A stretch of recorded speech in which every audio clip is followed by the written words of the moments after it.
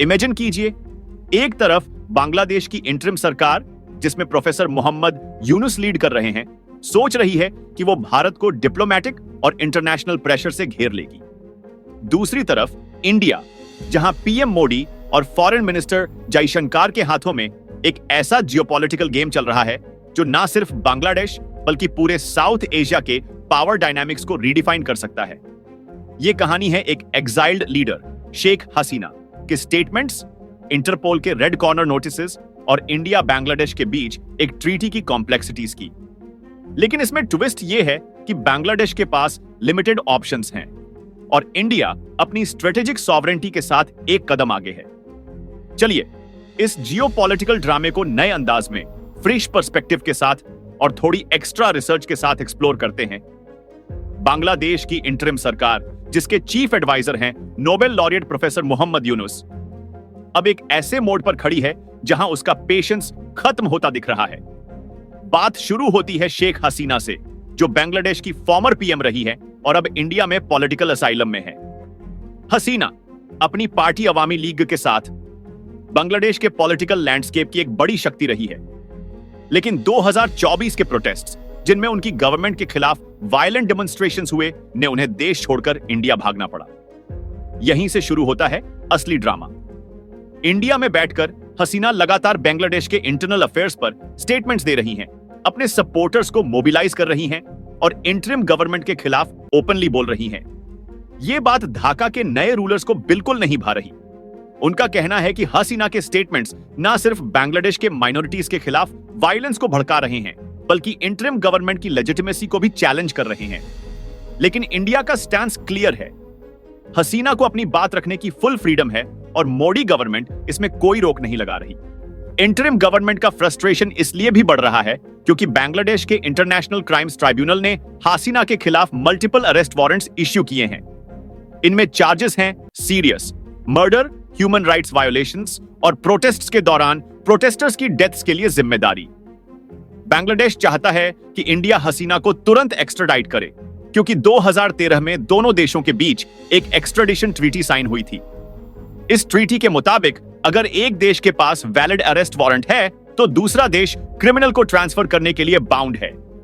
लेकिन यहां कैच है, इंडिया इस ट्रीटी को फॉलो करने के मूड में नहीं दिख रहा। मोदी गवर्नमेंट का स्टैंस है कि हसीना के केस में पॉलिटिकल मोटिवेशंस हो सकते हैं और इंडिया अपनी सॉवरेंटी के साथ कोई कॉम्प्रोमाइज नहीं करेगा। बांग्लादेश ने अब अपना नेक्स्ट मूव खेला है, इंटरपोल से हेल्प मांगना।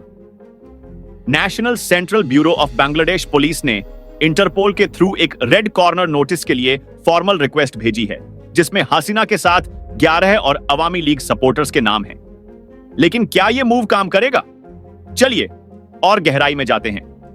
इंटरपोल यानी इंटरनेशनल क्रिमिनल पुलिस ऑर्गेनाइजेशन एक ग्लोबल बॉडी है जो 686 मेंबर कंट्रीज के साथ काम करती है।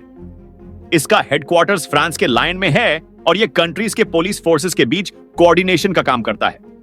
इंटरपोल का प्राइमरी रोल है फ्यूजिटिव्स को ट्रैक करना, इंफॉर्मेशन शेयर करना और अरेस्ट्स में सपोर्ट प्रोवाइड करना। रेड कॉर्नर नोटिस एक ऐसा इंटरनेशनल अलर्ट है जो मेंबर कंट्रीज को बताता है कि कोई इंडिविजुअल वांटेड क्रिमिनल है। लेकिन यहां एक बड़ा ट्विस्ट है, red corner notice legally binding नहीं होता। मतलब कोई भी देश जैसे इंडिया इस नोटिस को इग्नोर कर सकता है अगर उसे लगता है कि यह पॉलिटिकली मोटिवेटेड है।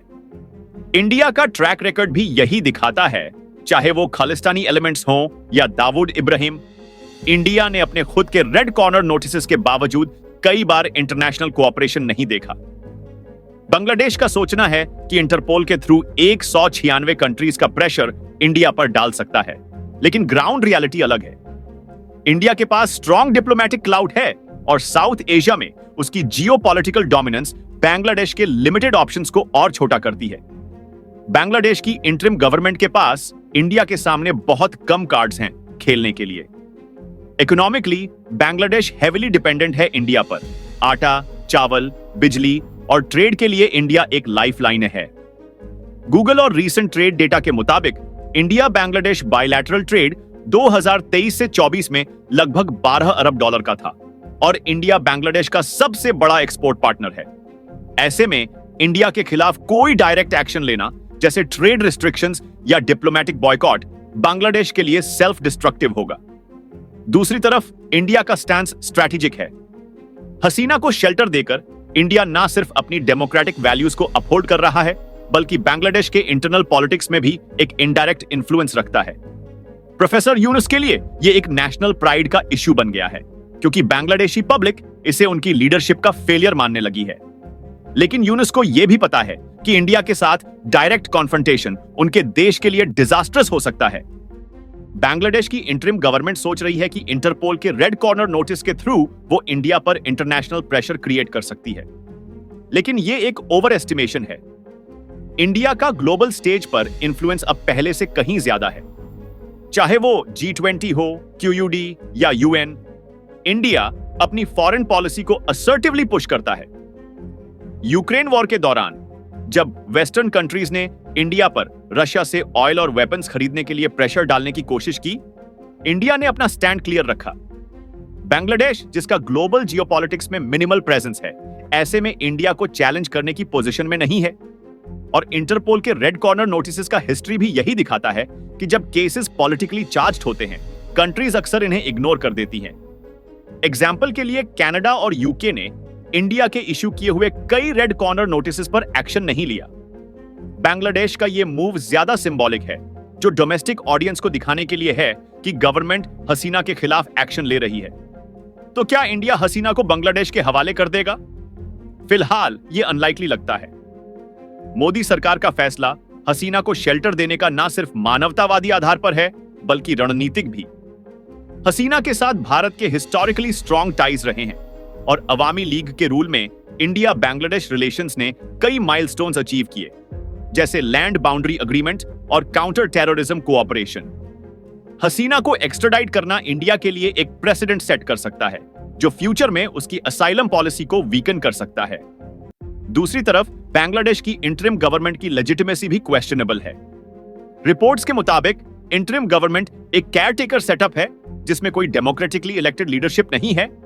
इंडिया अपने स्ट्रॉन्ग लीगल फ्रेमवर्क के साथ इंटरपोल के नोटिस को इजीली रिजेक्ट कर सकता है, अगर उसे लगता है कि यह पॉलिटिकली मोटिवेटेड है। हसीना का केस, जिसमें ह्यूमन राइट्स वायोलेशंस और मर्डर के चार्जेस हैं, इंडिया के लिए सेंसिटिव है, लेकिन उसका पॉलिटिकल कॉन्टेक्स्ट इसे कॉम्प्लेक्स बनाता है।